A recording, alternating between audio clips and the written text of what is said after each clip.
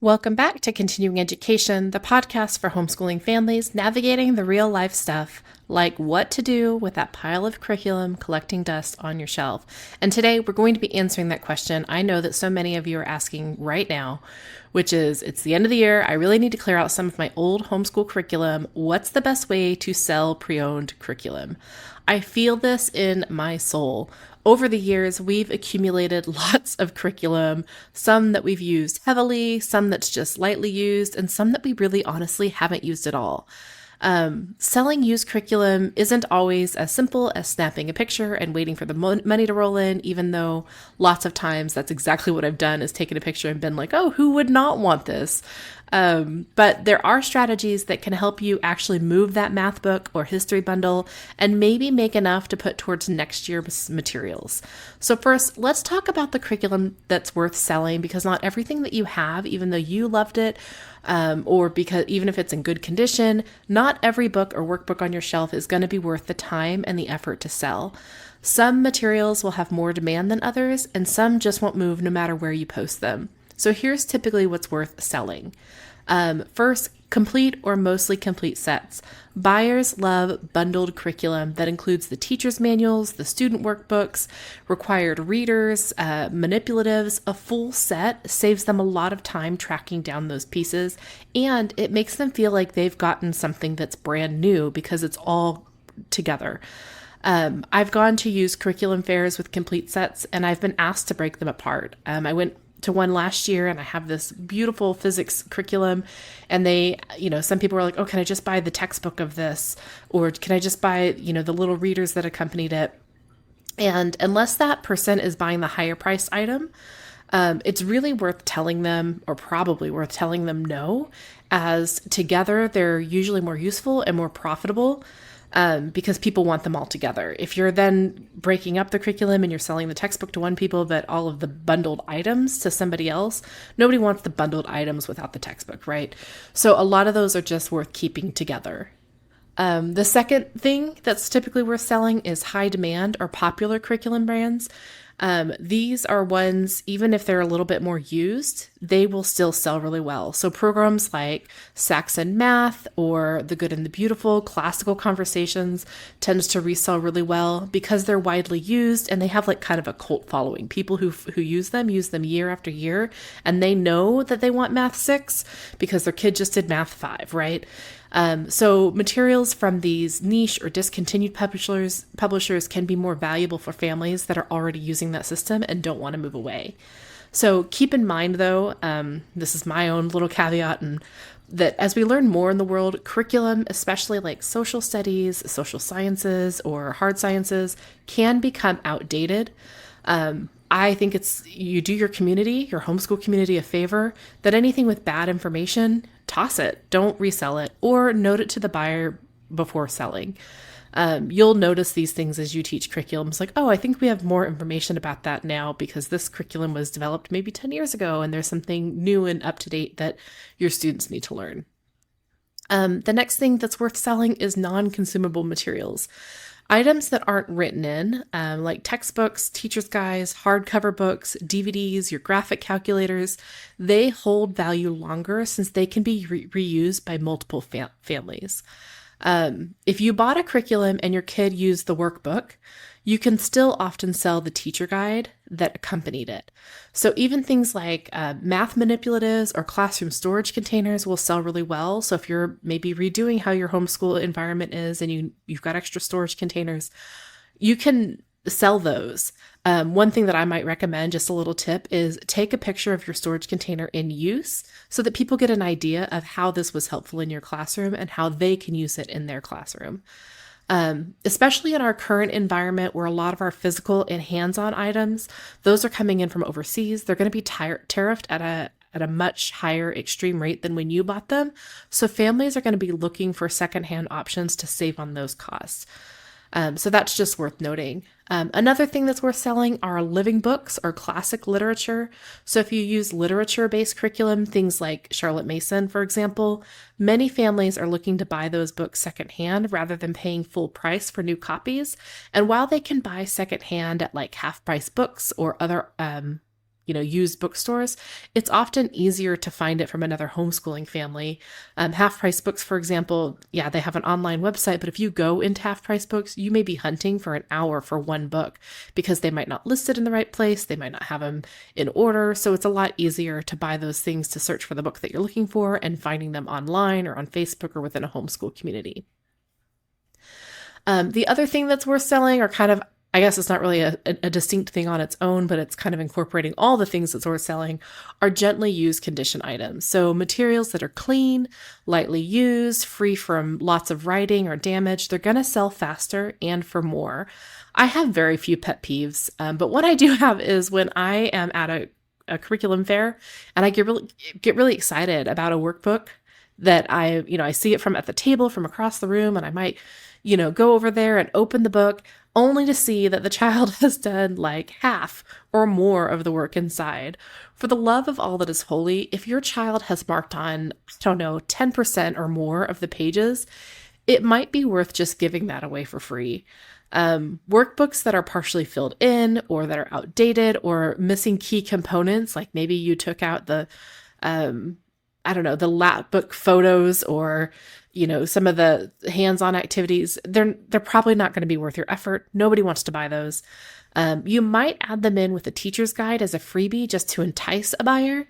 So sometimes if you're selling, you use the workbook, but you've got the teacher's guide and you want to sell the teacher's guide by itself, you might put in your listing like, hey, I also have the workbook. I'm not going to charge for it. I'm pricing this at the teacher's guide by itself, but I'm going to toss it in because a lot of people may be enticed to buy that. The teacher's guide, if it's also pairing with this used workbook, just because it gives them some of the materials that maybe they just want to glance at. You just never know what people might be enticed by. Or list them for free or just make a donation, but don't expect much resale value. I actually have lots of workbooks that we've used over the years where we've done maybe 20% of it or 30% of it, or my kid, had particular interests and we tore out the pages. I just gave them away. I listed them for free, or I took them to a curriculum fair and I put them in a free section because I just felt like it wasn't worth our time and effort, and even getting $1 for it just wasn't worth the energy. I also consider it kind of a good way to give back to the community. A lot of people don't have a lot of money for curriculum, so free options can really help the community and help them see if this is a curriculum for them to purchase later. So there's always a benefit to offering it for free. But when you're looking to actually sell things, take a good look in your shelves and ask, would I be excited to buy this from someone else? And if the answer is yes, it's probably worth selling. So now let's walk through your best options for clearing those bad boys out. The first one is probably the one that I think is the most successful, which is local curriculum sales and co-op swaps. So I've had a lot of success with these. If you're part of a homeschool group or co-op, keep an eye out for an annual curriculum sales or swap day. I've even seen some co-ops I'm not a part of advertise theirs. In fact, just last year, there's another group, a homeschool group that I am not a part of. It's about 40 minutes away from me, but they kept advertising tables for $10. And so even though I wasn't part of the group, I reached out to them and said, hey, I'd love a table. I ended up making a couple $100s from that, just clearing out some of the curriculum that I had from the prior 2 years. These events are perfect for getting your materials directly into the hands of other homeschooling families.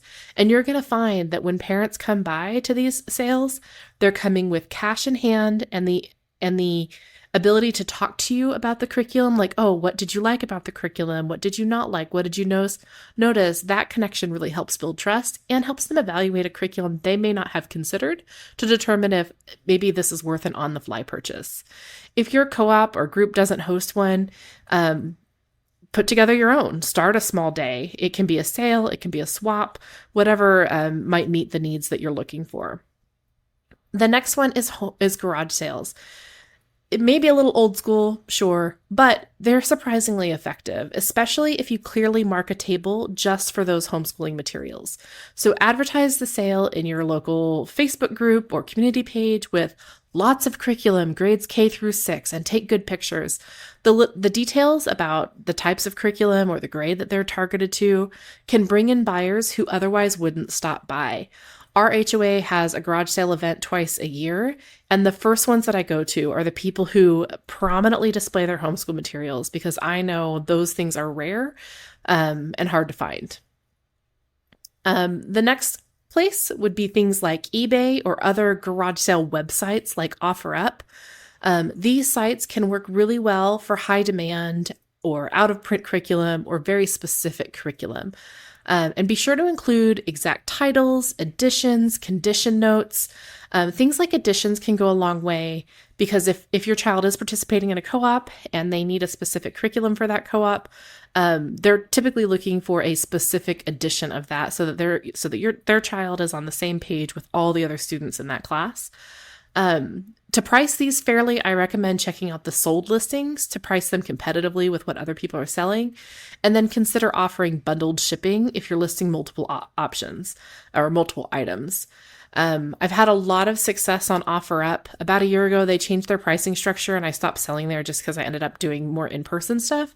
But that's still where people will go when they're looking for something specific, like, oh, I really need Matthew C. manipulatives. And so they'll go to places like OfferUp or eBay to find that specific item.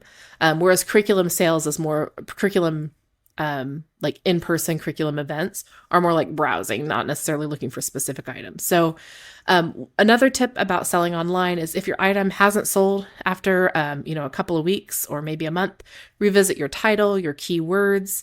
OfferUp has an option where you can offer it at a discount to people who have liked the item. So take advantage of things like that, where you say, hey, if you buy this, I'll offer you 10%. Sometimes that's much more successful than just lowering your price overall. Small changes like adjusting the grade level or curriculum type can make a big difference in search results. So you may need to evaluate that if your items aren't moving.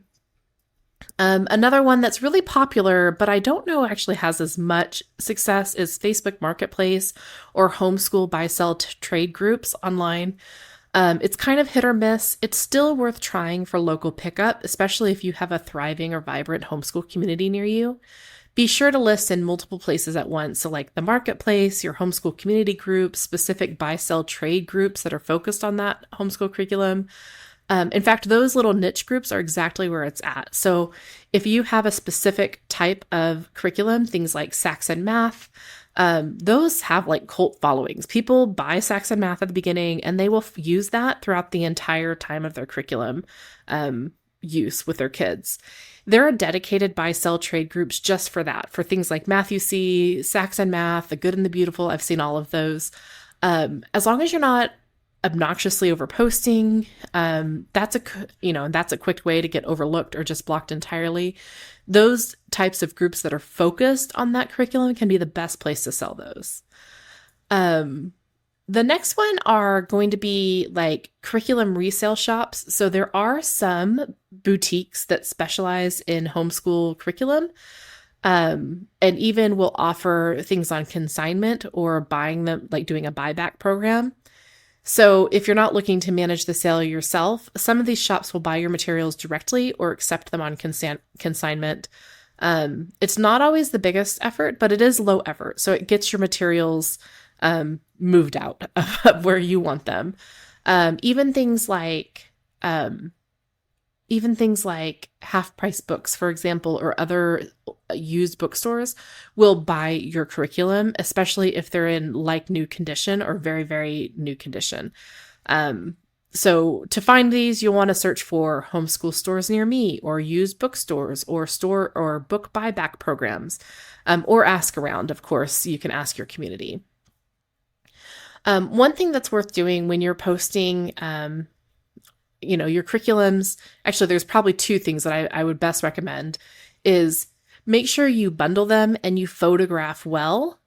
No matter where you post, presentation is everything. So group items together by grade or by subject, like third grade science bundle or third grade, Bookshark, whatever the brand is, knowing the curriculum, take clear and bright photos. Nobody wants something that's got like a dark background or there's not enough light to really evaluate things or dirty things in the background. I've seen a lot of pictures where there's like dog hair on the item. Like clean up the item, put it on a nice white table and take a good clear picture. And then open it up and take pictures inside. So if it is lightly used and you've got some markings in the front, take pictures of that. And then take pictures of just random pages through it so that someone who doesn't have history with that curriculum can get an understanding of what that curriculum is about, how it's laid out. Some parents like myself, I'm looking for a very specific layout, one that's not overwhelming to my kids. And so being able to see what the workbook looks like on the inside saves me a lot of research and is more likely that I'm going to buy that on impulse rather than like taking an hour to Google it. Also make sure that your items smell clean and that they are physically clean. I kind of mentioned like the books themselves. I've seen them with dog hair on them or all manner of things, but also make sure that they actively smell clean. So if you have a house that has a lot of dogs or your house just isn't kept as tidy and you think that your materials actually are a little stinky, keep in mind that books kind of really absorb the smells of their environment. You might want to take action to kind of take care of that. Put them in a well-ventilated area to kind of air them out, or put them with something that smells nice so that they can absorb the nicer smell. This is really important if you're selling online, because if people aren't able to hold the item in person, that can cause buyers to have a little anxiety about what they're getting. And when they get the book, if it is dirty or if it smells, they're going to leave you negative feedback. And because there are so many people selling their curriculum, 1 or 2 negative feedback is going to cause you to lose a lot of sales. If I am looking through a seller's profile and I see that they sold even just one item that smelled like dog, I'm not going to buy any of the items from them because I'm going to be scared that what I'm getting is also going to smell like dog. Make sure that you're giving clear and honest descriptions. So if there's a lot of writing in it, be honest about that. A little transparency goes a long way in building trust. And be ready to answer questions. So a lot of people may be coming across your curriculum, whether it's an online space or it's in person, and they may not know anything about the curriculum. And so they're going to ask things like, what grades can I use this in? Is this secular or is it Christian based? Anticipate those.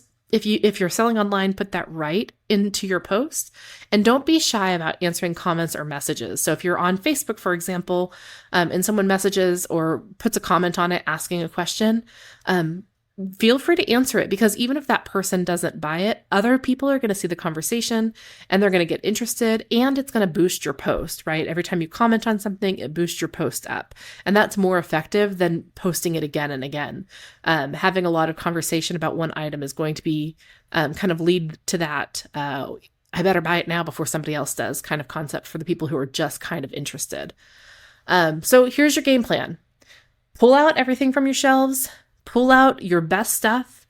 List your very best stuff online. I recommend the things that are higher priced, put them online first. Prep all of your items for your local event or your garage sale. Make a plan. Take great photos. Be patient. Be flexible.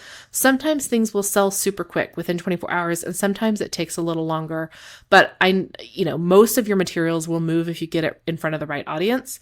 Remember that every book or every item that you sell is not just clutter cleared. It really is a blessing that you're passing along to another family in our community.